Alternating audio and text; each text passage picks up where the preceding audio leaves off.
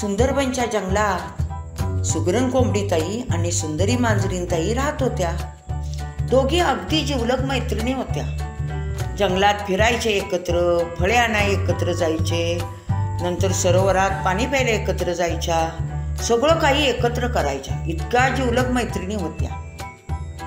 आणि त्यांचं घरही शेजारीच होतं. घरापासून थोड्याच अंतरावर एक छानसं आंब्याचं झाड होतं आणि येण्या जाण्याचा एकच त्या झाडापासून त्यांच्या घरी येण्याचा एकच रस्ता होता. तर एकदा काय झालं, सुगरण कोंबडीताईंनी अंडी उबवली. दुसऱ्या दिवशी जाऊन बघतात तर अंडी नाही, गायब झालेली. परत 2 दिवसांनी त्यांनी परत अंडी उबवली, ती पण गायब झाली. परत तिसऱ्यांदा अंडी उबवली, ती पण गायब. मग त्या काय म्हणाल्या, अरे देवा, माझी अंडी गायब कशी होतात? एकदा नाही, 2दा नाही, 3दा अंडी गायब झाली. कोण चोर येत आहे? कोणी इकडे येत नाही. माझ्या मैत्रिणीशिवाय, सुंदरीशिवाय इकडं कोण येत नाही. माझी अंडी गायब कशी होत्यात? असं म्हटल्यावर काय झालं, तेवढ्यात तिकडून सुंदरी मांजरीताई येत होत्या आणि त्या म्हणाल्या, अगं सुगरणताई, काय झालं? का ओरडतेस तू? काही नाही, तू बोलू नको माझ्या बरोबर. चोर कुठली? सुंदरी मांजरीताईंना काही कळे ना. ती म्हणाली, अगं सुगरणताई, काय झालं? चोर? कोण चोर? का तू अशी बोलतेस? तू चोर आहेस. तू माझी अंडी चोरलीस. चोर असूनच्या असून काय झालं असं विचारतेस मला? चोर ती चोर आणि वर शिरजोर. अगं सुगरणताई, मी चोर नाही. मी अंडी नाही तुझी चोरलेली. तू काही नाही ते मला शंका घेऊ नकोस. आणि हे चोर वगैरे म्हणलेले मला नाही आवडत. माझ्यावर नाही ते आरोप करू नकोस. मला हे तुझे आरोप आवडत नाहीत. नाही, तूच चोर आहेस, तूच अंडी चोरलीस. सुगरणताईचं तोंड काही बंद होत नव्हतं. ते बघून सुंदरी मांजरीताई म्हणाला, चला, यांचं तोंड बंद होणार नाही, आपण गेलेलं बरं. म्हणून त्या घरी निघून गेल्या. घरात जाऊन बघतात तर काय, त्यांनीही काल 2 छोट्या अशा पिल्ल्यांना जन्म दिला होता. अगदी छोटीशी पिल्ली होती, काल जन्माला आलेली. बघतात तर घरात पिल्ली नाही. अरे, माझी पिल्ली कुठे गेली? म्हणून त्या घरात इकडे तिकडे शोधू लागल्या, पण त्यांना एकही पिल्लू दिसेना. अरे देवा, हे काय झालं? त्यांनी बराच शोध घातला, पण पिल्ली काही सापडली नाही. त्यांना खूप दुःख झालं. मग त्या सुगरण कोंबडीताईकडे आल्या आणि म्हणाल्या, अगं सुगरणताई, ऐकलंस का? मी काही तुझं ऐकणार नाही. तू मला काही सांगू नको. अगं तसं नाही ग, जरा माझं ऐकून घे ना. मी घरात गेले आणि माझी 2 छोटी पिल्लेही नाहीशी झाल्या. कोणीतरी चोरून नेली. तुझी पिल्ले चोरून नेली असं सांगतेस मला? आता किती तुला दुःख झालं. आणि एकदा नाही, 3 वेळा माझी अंडी चोरीला गेलेत. मला किती दुःख झालं असेल सांग बरं. आपली बाळे जवळ नसल्यावर आपल्याला किती दुःख होतं, हे समजतंय ना आता तुला? हो ग सुगरणताई, मला समजतंय, पण मी तुझी अंडी नाही चोरलेली. सुगरणताई, तुला एक सांग का? तू शांत डोकं ठेवून विचार कर. अगं, तुझी अंडी गायब झाली 3 वेळा. माझी पिल्ली काल जन्माला आलेली आज गायब झाली पिल्ली माझी. हा चोर कोण आहे? कोण गायब करतोय? हे आपल्याला शोधलं पाहिजे ग. सुगरणताई, ऐक माझं, तू शांत डोकं ठेव. मग सुगरणताईने विचार केला. ठीक आहे म्हणाली. ठीक आहे, सांग. मग सुंदरी मांजरीताई म्हणाली, आपण एक युक्ती करूया. दोघी एकत्र येऊया. आता भांडण वगैरे काही नको. आपण दोघी एकत्र येऊन त्या चोराचा शोध घेऊया. तुझी अंडी कोण नेतं आणि माझी पिल्ली पण कोण नेतं ते. ठीक आहे, काय युक्ती करणार तू? सुगरण कोंबडीताई म्हणाली. अगं सुगरणताई, माझ्या डोक्यात एक युक्ती आल्या. आपण एक युक्ती करायची, तुला सांगते, ऐक. आपल्या घरासमोर हे आंब्याचं झाड आहे का नाही? हो. मग त्याचं काय? अगं ऐक तरी, आपण दुपारी गावात जाऊया आणि एक मोठं नकली अंडं आणूया आणि एक जाड दोरा आणूया आणि परत आपण घरात येऊन ते आंबेचं झाड आहे का नाही, त्या आंब्याच्या झाडाच्या पुढं एक फरलांगभर ते अंडे ठेव्या आणि त्या अंड्याला दोरा बांधायचा आणि तो दोरा लांबडा करून त्या झाडाच्या पाठीमागं आपण दोघींनी दडून बसायचं.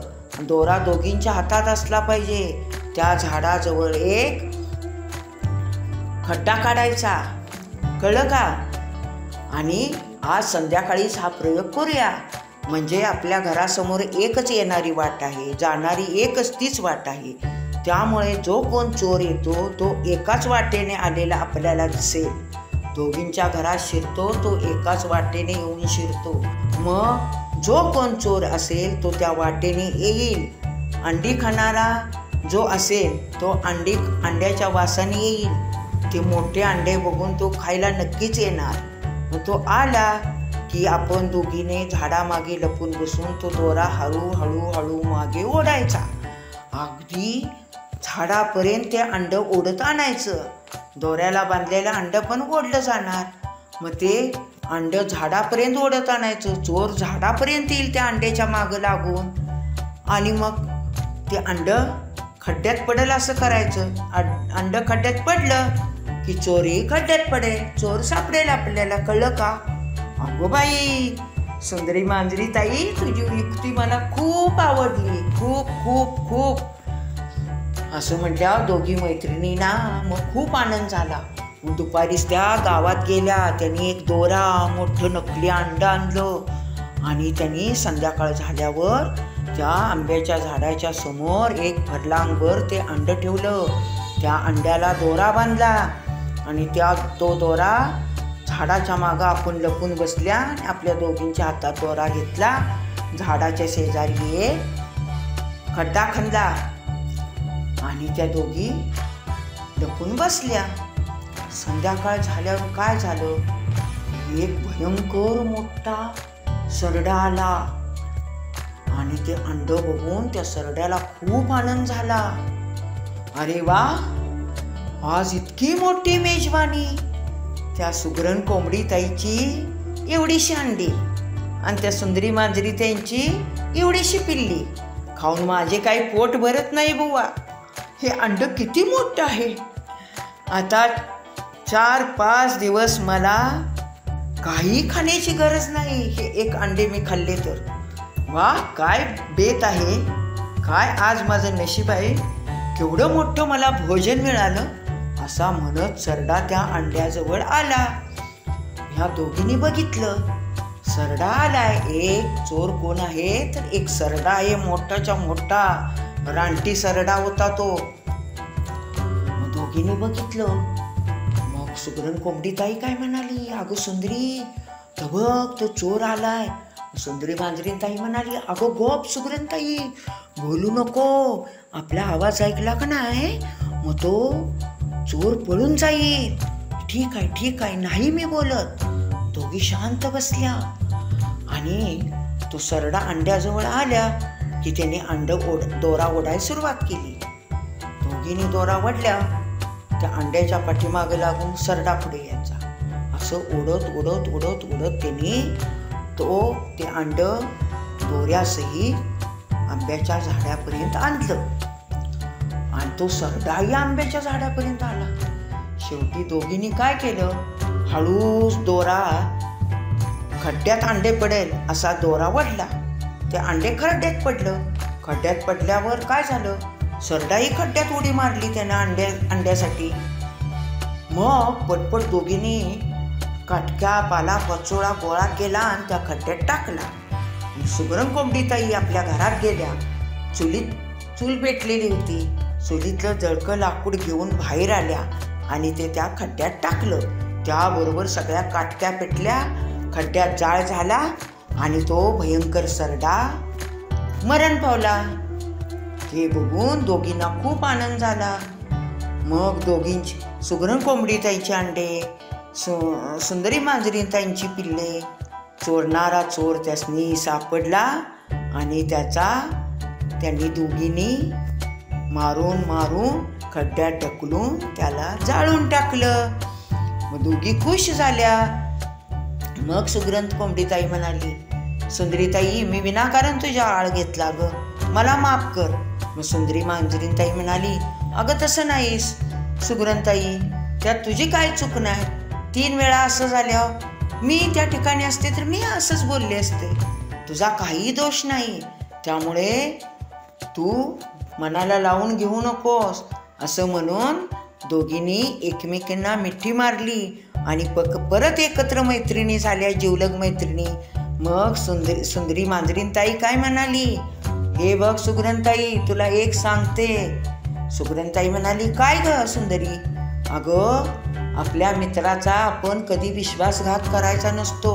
म्हणजे कसं आहे बघ, आपला जिवलग जर मित्र किंवा मैत्रीण असली तर आपला त्याच्यावर पूर्ण विश्वास असला पाहिजे. नाहीतर त्याच्यावर नाही ते आरोप केले का नाही, संशय आपल्या मनात, नुसत्या संशयानं आपला खरा मित्र आपण गमवू शकतो. जसा तुझा माझ्यावर संशय आला तसा. असं म्हणून दोघी हसायला लागल्या. हा व्हिडिओ आवडला असेल तर आपल्या आजीच्या गोष्टी चॅनलला लाईक करा, शेअर करा आणि सबस्क्राईब करा.